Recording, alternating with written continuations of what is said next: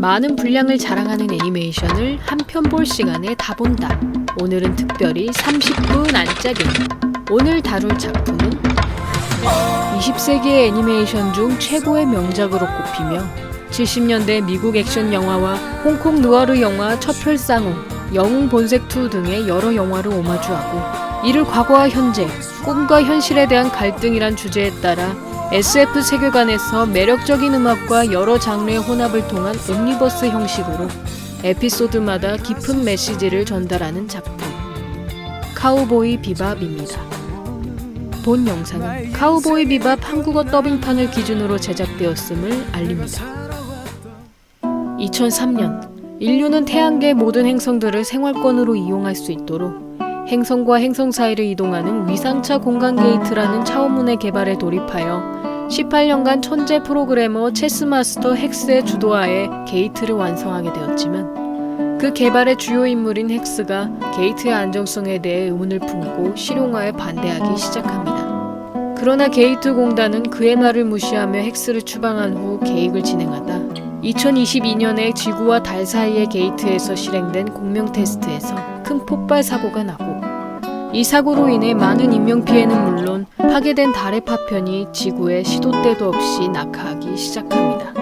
떨어진 달의 파편으로 지구가 황폐화되자 일부의 인간들을 제외한 생존자들은 게이트를 이용한 테라포밍으로 화성을 비롯한 많은 행성에 정착하여 살게 되고 세상은 국가라는 개념이 사라지며 행성상의 정부와 ISSP라는 태양계 형사 경찰지구가 치안을 담당하게 됩니다. 그러나 태양계 전체로 범위가 넓어지면서 범죄자들의 포획이 어려워지자 정부와 ISSP는 범죄자들에게 현상금을 건 후 그들을 살려서 포획해오면 현상금을 주는 시스템을 만들고 이에 이를 업으로 삼는 현상금 사냥꾼, 즉 카우보이들이 우후죽순 생겨나게 됩니다. 그렇게 시간이 지나 2068년의 어느 날, 한 남자가 장미 꽃다발을 들고 누군가를 기다리다 자리를 뜨는 모습으로 카우보이 비밥의 본격적인 스토리가 시작됩니다. 그로부터 3년 뒤 아스테로이드로 이동하던 우주선 비밥호에서는 거대 마피아 조직 레드 드래곤 출신의 현상금 사냥꾼 스파이크 스피겔이 몸을 단련하고 있었는데 이봐 스파이크, 준비 다 됐어. 특제 쇠고기 잡채. 제트, 고기가 한쪽도 안 들었잖아요. 이런 것도 쇠고기 잡채라고 할 수 있는 거예요? 아 물론이지. 말도 안 돼요. 돈이 없을 땐 그럴 수도 있어. 비밥호의 선장이자 과거 ISSP의 형사 출신인 제트 블랙은 스파이크와 동업자로 함께 생활하고 있었는데 그들은 뛰어난 실력을 가진 현상금 사냥꾼이었으나 프리랜서라 일이 주기적으로 들어오지 않고 수배범을 잡아 현상금을 받아도 앞뒤 안 가리고 달려드는 스파이크 탓에 대부분 수리비로 날리게 되며 그들의 배고픈 생활은 계속됩니다. 헤엄치는 새야, 너는 여자를 만날 거다. 여자 널 노릴 거고, 그리고 죽어. 또예요? 난 이미 한 번 죽었어요. 여자한테 당했죠. 스파이크는 수배범에 대한 조언을 얻기 위해 지인인 아메리카 원주민 주술사 래핑불에게 들러 자신의 예언을 듣게 되지만 그는 그 예언을 대수롭지 않게 여기고 그 후 애완동물 절도범 압둘 하킴을 쫓다가 그의 거래품이던 실험견 아인을 만나게 됩니다. 아인은 인간들의 실험으로 높은 지능을 가지게 된 천재견이었기에 수집가들 사이에선 엄청난 돈으로 거래되는 개였지만 이를 모르는 스파이크와 제트는 팔아봤자 몇 푼 되지 않으리라 생각하여 아인을 식구로 맞이하게 됩니다. 얼마 후 스파이크는 제트와 함께 돈을 불리러 온 카지노에서 많은 빚에 쫓기다가 카지노 운영자 고든의 협박으로 조직 간의 거래에 뛰어들게 된 페이 발렌타인을 만나게 되고 난 운이 좋은 편도 솜씨가 좋은 편도 아니거든. 그럼 뭐죠? 통이 크지.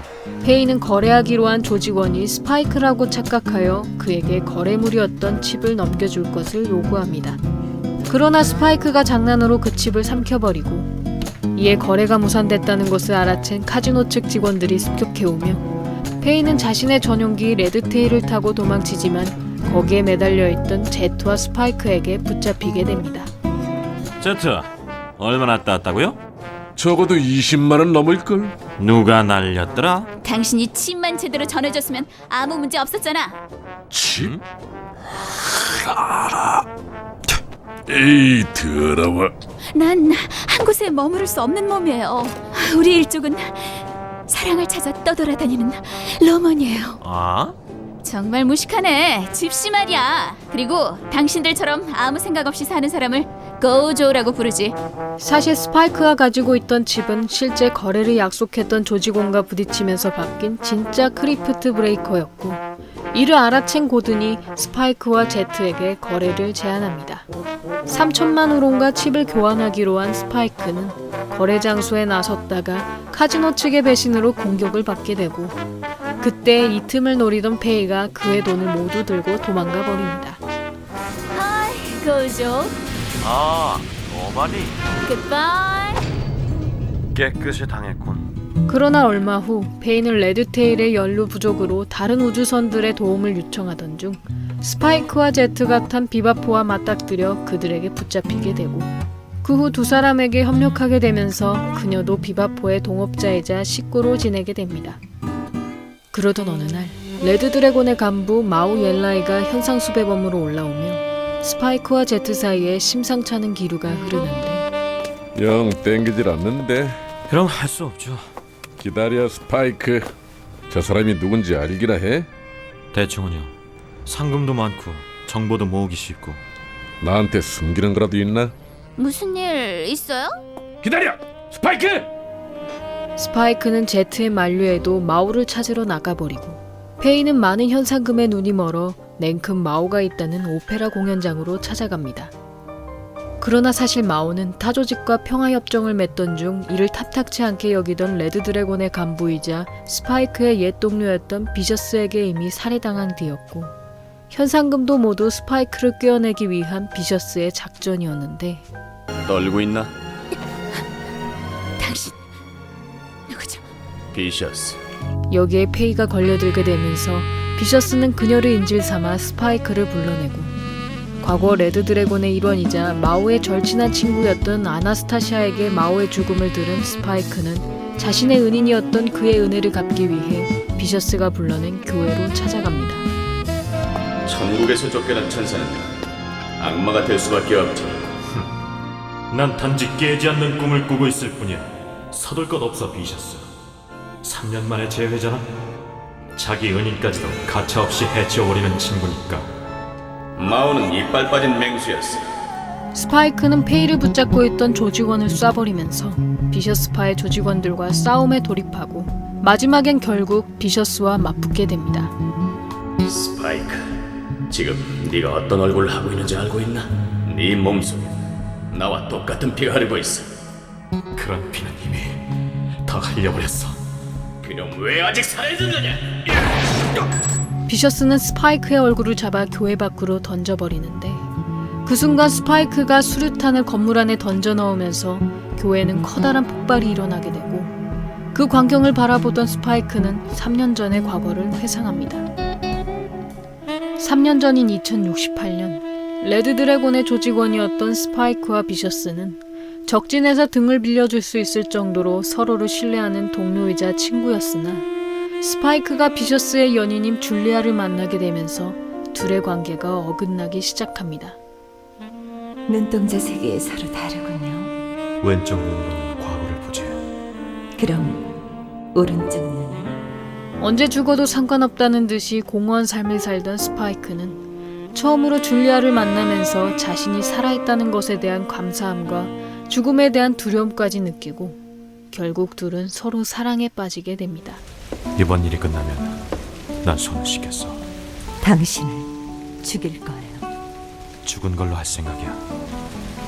묘지에서 기다릴게. 물론 살아있는 모습으로. 난 같이 갈 수 없어요. 이 세계에서 같이 빠져나가야 돼. 어디서든 자유롭게 사는 거야. 꿈이라도 꾸듯이 말이야. 스파이크는 줄리아에게 장소가 적힌 쪽지를 쥐어준 후 죽음을 위장하기 위한 싸움을 하러 떠나고, 홀로 남은 그녀는 둘의 계획을 알아챈 비셔스와 맞닥뜨리게 됩니다. 이 세계를 빠져나가겠다고? 설령 꿈일지라도 불가능한 얘기야. 그를 죽일 건가요? 물론 당신 손으로 살아남든지 같이 죽든지 선택은 당신이 해. 줄리아는 스파이크를 죽일 수 없었기에 그에게서 받은 쪽지를 찢어버린 후 도망자의 길을 택하게 됩니다.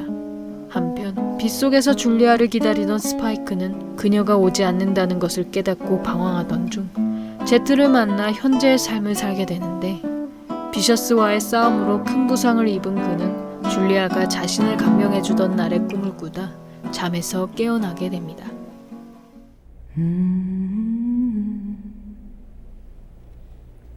계속 불러주겠어.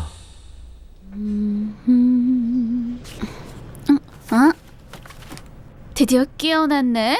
뭐야, 기껏 걱정해주니까 고마워하는 기색도 없잖아.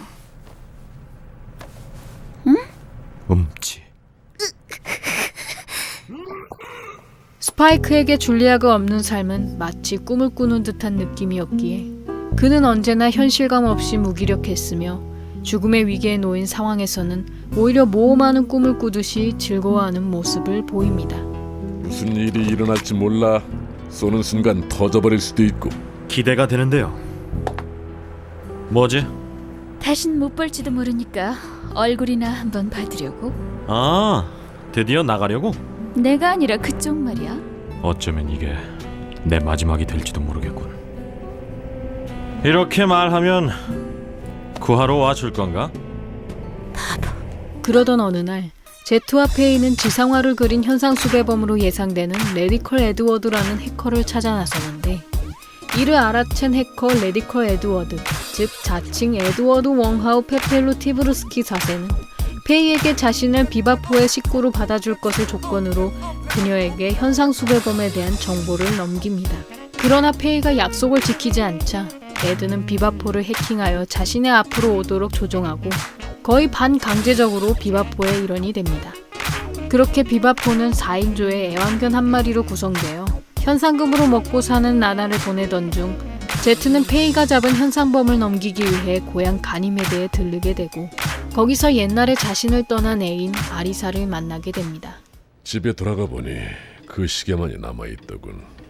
그냥 실감이 나질 않았지. 그리고 내 안에서 점점 뭔가가 마비되어가는 걸 느꼈어.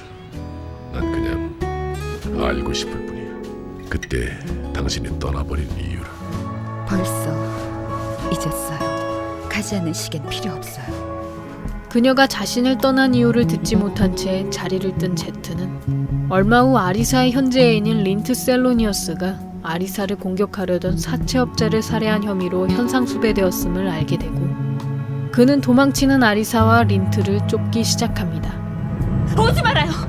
부탁이에요. 보내줘요. 내가 보내줘도 누군가가 또 올 거야. 함께 도망치면 당신도 공범이 되는 거라고. 아직 늦지 않았어. 그때도 그랬어요. 뭐든 당신 혼자 결정하고 그게 언제나 옳았죠. 나 스스로 내 삶을 결정하고 싶었어요. 설령 그 선택이 잘못됐다고 해도. 이거로 와! 나 죽기 싫어! 어서 와! 강해지라고. 그리고 지켜주게. 제트는 린트가 정당방위를 인정받을 수 있도록 그를 변호하며 경찰에 넘기고 아리사에게 마지막 인사를 건넨 후 갖고 있던 멈춘 시계를 바다에 던져버립니다. 그로부터 얼마 후 페이는 54년간의 콜드슬립 후유증으로 모든 기억을 잃은 자신의 과거를 회상하며 방황하다 자신의 앞으로 배송된 비디오 테이프와 베타 플레이어를 받게 되고 테이프의 내용이 궁금했던 스파이크와 제트는 지구의 전기박물관에서 아날로그 TV를 가져와 그 비디오를 재생하는데 오늘은 오늘의 새로운 너, 새로운 내가 있는 거야. 10년 후에 난 아직 너무 멀게만 느껴져서 전혀 상상이 안 가. 그 안에는 페이가 10대 때 찍은 미래의 자신에게 보내는 영상 편지가 들어있었고 페이는 에드의 도움으로 영상 속의 장소인 싱가포르에 찾아갔다가 자신의 고등학교 친구인 셀리윤을 만나게 됩니다. 페이는 그녀와의 만남으로 자신이 20살 때 우주선 엔진 폭발 사고를 당한 후 콜드슬립에 들어갔다는 사실을 포함한 모든 기억을 되찾게 되고 그녀는 곧장 과거에 자신이 살던 집으로 향하며 에드에게 작별 인사를 남깁니다. 어디 가는데요? 내가 있을 곳이 생각났어. 너도 기다리고 있는 사람이 있으니까 기다리는 사람이 있는 곳으로 찾아 찾아가는 게 어때?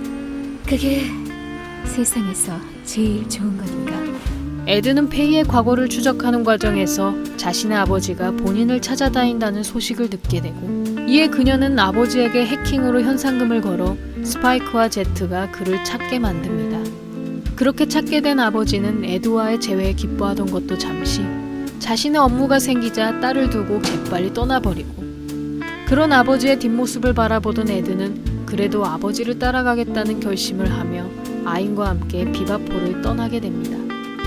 그때 레드 드래곤에서는 비셔스가 조직을 삼키기 위해 쿠데타를 계획했다가 그를 경계하던 조직의 장로들에게 붙잡히게 되고, 그들은 비셔스파의 뿌리를 뽑기 위해 그의 측근이자 조직의 이단인 줄리아와 스파이크까지 뒤쫓기 시작합니다. 갑작스런 조직의 기습으로 스파이크의 곁에 있던 제트가 다리에 총상을 입게 되고, 그 순간 스파이크의 옛부하였던 린의 쌍둥이 동생 신이 등장하여 스파이크의 탈출을 도와줍니다. 날 도와주면 조직으로 돌아갈 수 없을 텐데. 비셔스는 처형될 겁니다. 형님도 위험합니다. 줄리아도. 여긴 제게 맡기고 어서 가보세요. 비셔스, 줄리. 나한텐 왠지 위험한 이름으로 들려. 열면 큰일 나는 문을 여는 주문처럼 말이야.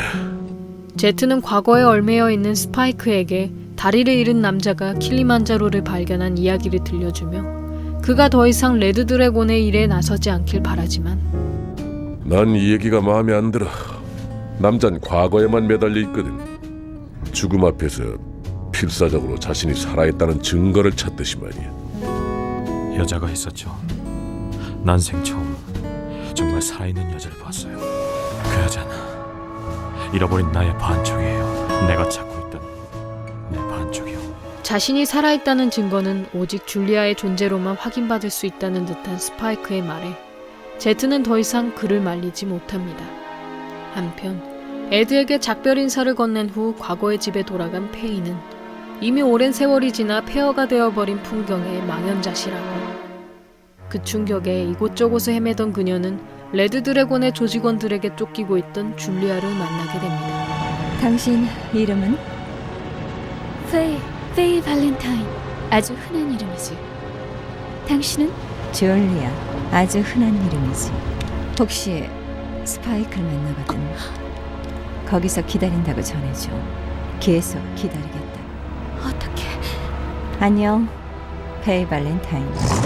페이는 줄리아가 스파이크의 연인임을 깨달으며 그에게 그녀의 말을 전하고, 스파이크는 레드 드래곤의 추격을 따돌린 후 3년 전에 줄리아와 만나기로 약속했던 묘지로 찾아가는데, 비가 내렸어요. 그날도. 오지 않은 게 비 때문인가? 난 당신을 죽일 작정이었어요. 그날 당신을 죽이면 난 자유로워질 수 있었죠. 그런데 왜 죽이지 않았지? 왜 나를 사랑했죠? 우리 이대로 멀리 떠나요. 정말로 이 세계에서 빠져나가서 아무도 없는 곳으로 단 둘이서만. 두 사람은 3년 전의 약속처럼 모든 것에 벗어나 도망칠 것을 결심하지만, 처형당하기로 했던 비셔스가 자신의 새를 폭발시키고 미리 심어놓았던 부하들과 반란을 일으켜 쿠데타에 성공하면서 이번엔 비셔스파의 조직원들이 스파이크와 줄리아를 노리기 시작합니다. 함께 가겠어요. 마지막까지 함께. 줄리아란 여자, 어떤 여자였지? 보통 여자예요. 아름답고 위태로워 보여서 그냥 둘 수 없는, 악마의 달을 쓴 천사거나 천사의 달을 쓴 악마. 생명이 태어나는 순간 별도 함께 생겨나고 그리곤 수호별이 되지.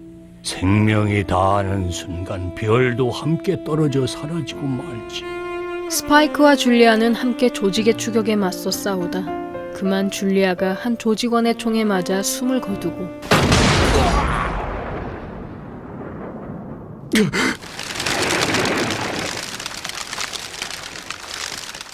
이에 분노한 스파이크는 비셔스에게 가기 전 마지막으로 비바포에 찾아옵니다. 고양이가 있었어요.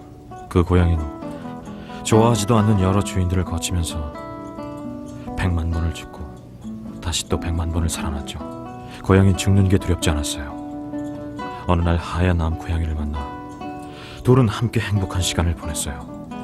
그러다 세월이 흘러 하얀 고양이는 늙어 죽고 말았죠. 고양이는 100만 번을 울고 그리고 죽었어요. 2번 다시 살아나지 않았죠. 스파이크, 여자를 위해선가? 죽은 여자를 위해서 할 수 있는 일은 없어요. 어디 가지? 언젠가 그쪽이 그랬잖아. 과거 따윈 상관없다고. 과거에 얽매여 있는 건 그쪽이야. 이 눈을 봐. 사고로 잃어버려서 한쪽은 내게 아니야. 그때부터 난 한쪽 눈으로는 과거를 보고 또 한쪽으로는 현재를 보지. 깨어나지 않는 꿈을 꿀 작정이었는데 어느샌가 그만 깨고 말았어. 나 기억이 돌아왔어. 내가 갈 곳은 아무 데도 없었어. 그런데 어딜 가는 거야? 뭐하러 가냐고. 일부러 목숨을 버리러 가겠다는 거야? 죽으러 가는 게 아니야. 내가 정말 살아있는지 어떤지 확인하러 가는 거야. 그녀의 만류에도 뜻을 굽히지 않는 스파이크의 뒷모습에 페이는 총소리로 자신의 마음을 표현하며 눈물을 흘립니다. 스파이크는 혼자서 레드 드래곤의 본부를 기습하고 폭탄으로 건물을 반파시켜버리며 꼭대기층에 있는 비셔스를 찾아오는데 이제야 잠에서 깨어났나? 언젠간 말했지 스파이크. 널 죽일 수 있는 건 나뿐이라고. 널 죽일 수 있는 것도 나뿐이야. 어차피 우린 이렇게 될 운명이었어. 두 사람은 마지막 결투를 벌이기 시작합니다. 둘은 그 과정에서 서로의 무기가 뒤바뀌어 떨어지게 되고 스파이크와 비셔스는 동시에 서로의 무기를 돌려주며 마지막 일격을 가합니다. 가슴에 총을 맞은 비셔스가 먼저 쓰러지며 그 자리에서 숨을 거두고 스파이크는 줄리아가 자신에게 했던 마지막 말을 회상하는데 이건 꿈이죠. 악몽이야. 비셔스와의 대결에서 승리했지만 그에게서 치명상을 입은 스파이크는 천천히 건물 밖으로 걸어 나오며 자신을 바라보는 조직원들을 향해 총 쏘는 제스처를 취하고는 그대로 쓰러집니다. 그 후 하늘에서 빛나던 별 하나가 사그라지고 쓰러진 스파이크의 모습을 마지막으로 비추며 카우보이 비밥은 끝을 맞이합니다. 사실 26개의 에피소드마다 마지막 엔딩에 대한 많은 복선이 깔려있기에 이를 모두 다뤄보고 싶었지만 요약 영상인 만큼 비셔스의 옛 전우였던 그렌을 포함한 많은 사건을 전부 다룰 수 없었다는 점 양해 부탁드리고요. 비바포의 일원들은 다들 자유로워 보이지만 모두 과거에 얽매여 있다고 볼 수 있는 인물들이며 특히 과거와 현실의 경계를 모호하게 살아가는 스파이크로부터 꿈과 현실에 대한 갈등을 찾아볼 수 있습니다. 언제나 현실에서 꿈을 꾸고 있다는 그에겐 줄리아란 존재가 유일한 현실이며 떠나기 전 페이에게 한 말인 깨지 않는 꿈을 꾸려 했다는 것은 줄리아와 현실을 도피하고자 했으나 그녀의 죽음으로 모든 것이 사라졌음을 뜻합니다. 거기에 마지막 장면인 총을 쏘는 제스처에서 현재를 본다는 오른쪽 눈만이 앞을 응시하고 있던 것은 현실은 자신에게 이룰 수 없는 꿈을 주었음에도 불구하고 자신은 그 현실에 맞서 싸웠음을 의미하며 과거의 상실은 현실을 획득하는 것으로 극복된다는 본 작품의 메시지를 뜻한다고 하는데 이는 26화 맨 마지막에 당신은 그 무게를 견뎌야 한다는 영어 멘트에서 알 수 있습니다. 여기까지 카우보이 비밥이었고요. 여러분의 구독과 좋아요는 힘이 됩니다. 구독을 하시면 다음 영상을 더욱더 빨리 만나보실 수 있습니다. 그럼 많은 시청과 관심 부탁드리면서 다음 편에서 만나 뵙겠습니다.